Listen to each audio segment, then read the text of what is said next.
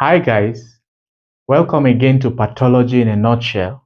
My name remains Dr. Ben, and I know that it has really been a while, but today we are going to continue from where we stopped in our lecture series on general pathology.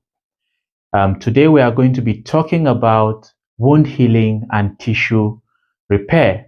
And of course, as we all know, one of the characteristics of living things is their ability to repair themselves, their ability to, regenerate tissues that have been destroyed.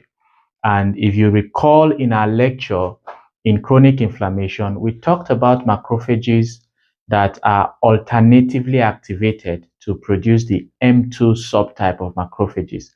Now, these macrophages are very, very important when we come to discuss wound healing.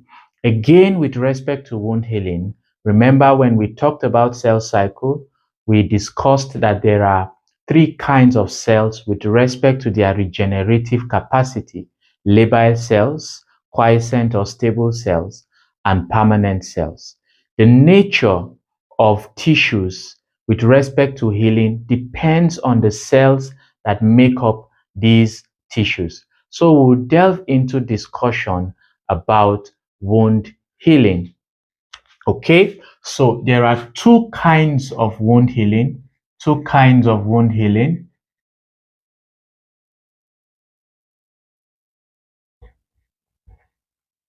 It can be healing by regeneration, or healing by connective tissue deposition, by connective tissue deposition. Connective tissue deposition or scar formation.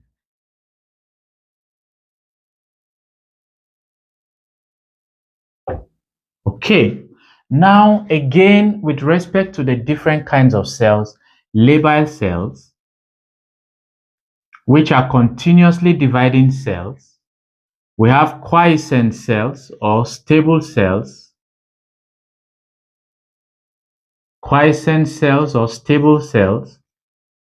which divide after they have been stimulated. And then we have permanent cells,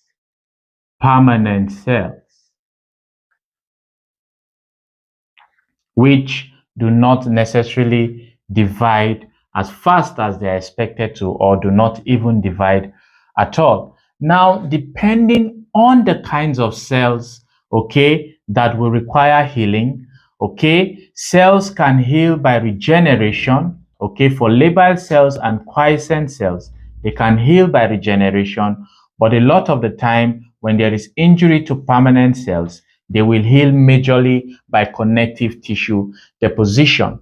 Another reason why healing can occur by connective tissue deposition is when there is a significant degree of injury,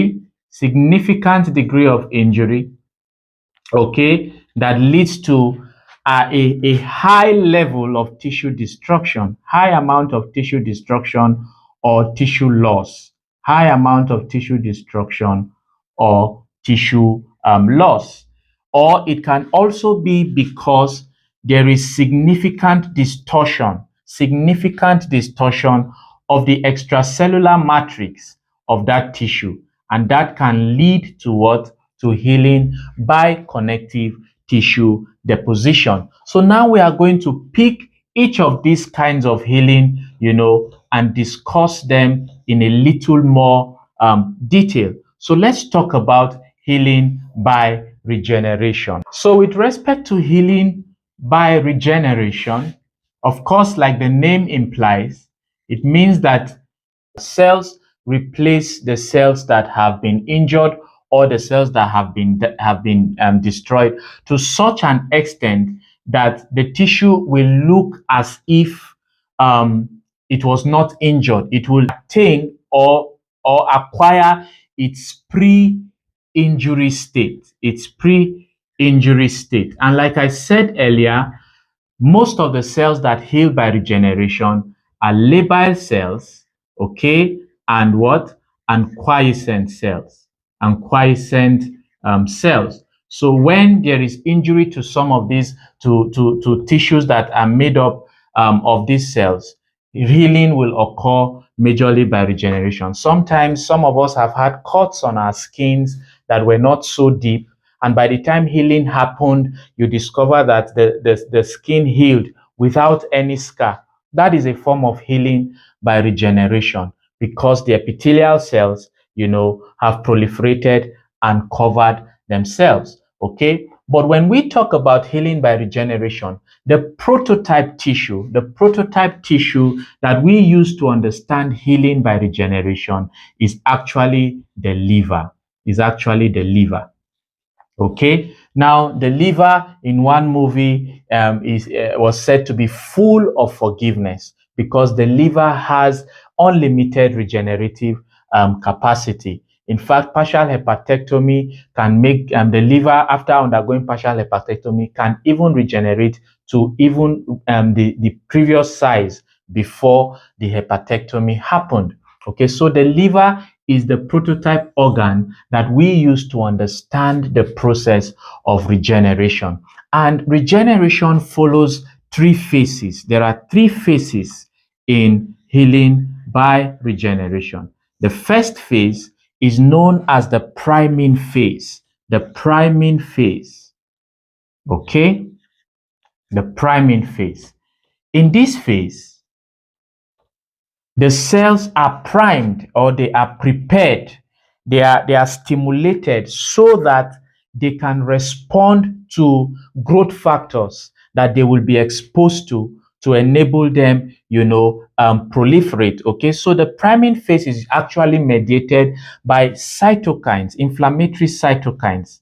Inflammatory cytokines is what primes these cells that want to regenerate, and in this case, hepatocytes. Okay, and the major inflammatory cytokine here is interleukin 6. Interleukin 6. Interleukin 6 is majorly involved in the priming phase. And what it does is that it prepares hepatocytes. It makes them to be responsive to growth factor stimulation. And then the second phase after the priming phase of healing by regeneration is known as the growth phase. The growth phase, or in some cases, the proliferative phase. Okay, the growth phase. And the growth phase is mediated by transforming growth factor alpha, which is a growth factor, like we have already said, and hepatocyte growth factor, which we also call the scatter factor. Okay, so these substances or these growth factors, stimulate hepatocytes or stimulate these cells to proliferate and repopulate the tissue. Okay, so it stimulates proliferation, of course, after the cells have been primed by interleukin 6. And then the third and final phase of regeneration is the termination phase. The termination phase. The termination phase. Okay, and this termination phase is actually mediated by transforming growth factor beta. And what transforming growth factor beta does here is that it stops the hepatocytes from continuous proliferation. Now, these are the three phases of healing by regeneration. And remember, we said healing by regeneration can occur in labile cells, and it can also occur in quiescent cells after they have been stimulated. Sometimes it may not necessarily be that the primary cells of that tissue or the adult cells of that tissue are the ones being stimulated to regenerate. Sometimes the so-called progenitor cells that are usually found in some stem cell niches,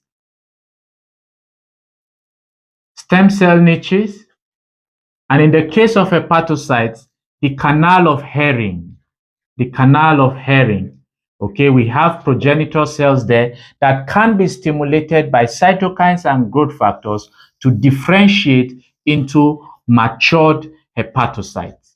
Matured hepatocytes. Now, depending on the nature of injury, progenitor cells may be stimulated to differentiate into mature hepatocytes. Okay, and that is basically what healing by regeneration is like, okay, as prototypically explained by regeneration in the liver. Now, the next kind of wound healing we will be looking at is healing by connective tissue deposition, or the so-called healing by scar formation. So, healing by connective tissue deposition,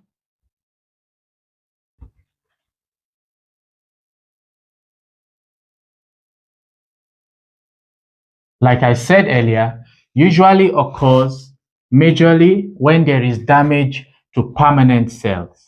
Permanent cells, and I'm sure we recall what cells are permanent cells. Skeletal muscle cells, skeletal muscles, cardiac muscles, and neural cells. Okay, neural cells. Okay, so these are the things that these are the cells that make up permanent cells. And I said again that healing by connective tissue deposition can occur when there is serious tissue injury, okay, that is accompanied by tissue loss, okay, by tissue loss. And I said that connective tissue deposition, healing by connective tissue deposition also occurs when there is significant distortion of the extracellular matrix. Okay, so these are the reasons why healing by connective tissue deposition occurs. And there are steps, okay? There are steps for healing by connective tissue deposition. There are steps by which these connective tissues are deposited. The first step is inflammation. Inflammation is the first step. Remember that inflammation is a very, very, very important aspect of wound healing, because if the offending agent is not removed, okay, the process of wound healing will not occur smoothly. And again, inflammation is required for the activation of macrophages that will initiate this process of connective tissue deposition. Which macrophages are we talking about? We're talking about macrophages, the alternatively activated macrophages, that is the M2 subtype of macrophages. And that is why inflammation is very, very important. It also provides a scaffolding sort of for healing to occur. And the next step in connective tissue deposition is proliferation of cells. So cellular proliferation. Cellular proliferation. Okay, now cellular proliferation, different cells will proliferate in the process of wound healing by connective tissue deposition. Epithelial cells will proliferate. Okay, we have stromal cells like fibroblasts, okay, will proliferate. Okay, we have smooth muscle cells will proliferate. Endothelial cells in the formation of blood vessels will proliferate. Okay, so there are a lot of cells that will proliferate in order to ensure that this connective tissue is properly deposited. The next step, okay, after cell proliferation is angiogenesis. Angiogenesis is the formation of new blood vessels. Angiogenesis is the formation of new blood vessels. Some people put it aside and add it to the next step that is called granulation tissue formation. The formation of granulation tissue. Okay, that is the next step. Granulation tissue is simply loose connective tissue, edema, and of course proliferating new blood vessels. Okay, and that one usually appears as pinkish. Okay, so when, for example, someone has an ulcer and the ulcer is healing, you may see a pink surface of that ulcer. That pink color grossly is what we call granulation tissue, and is and is made up mainly of connective tissue, edematous connective tissue, proliferating blood vessels, and sprinklings of inflammatory cells.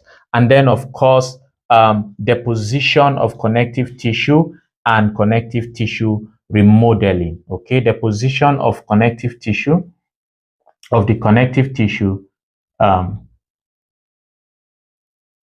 and of course, remodeling. So these are the different steps. These are the steps, okay, in connective tissue deposition. Okay, like we said, there's inflammation, which is very important, needed to remove the offending agent, cellular proliferation of cells like epithelial cells to cover the injury, fibroblasts to deposit the connective tissue, smooth muscle cells also, and then endothelial cells for blood vessel formation.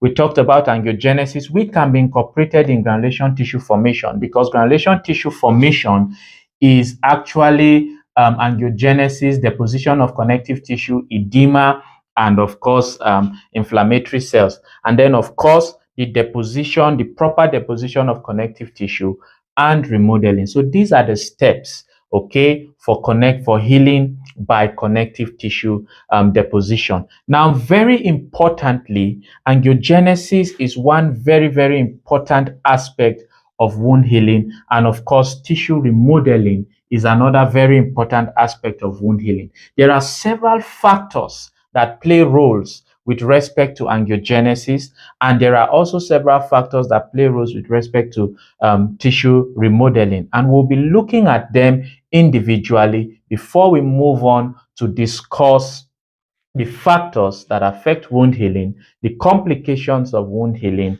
and of course, the different intentions, okay? Because healing can occur by first intention and it can occur by second intention. So let us look a little at what angiogenesis is all about.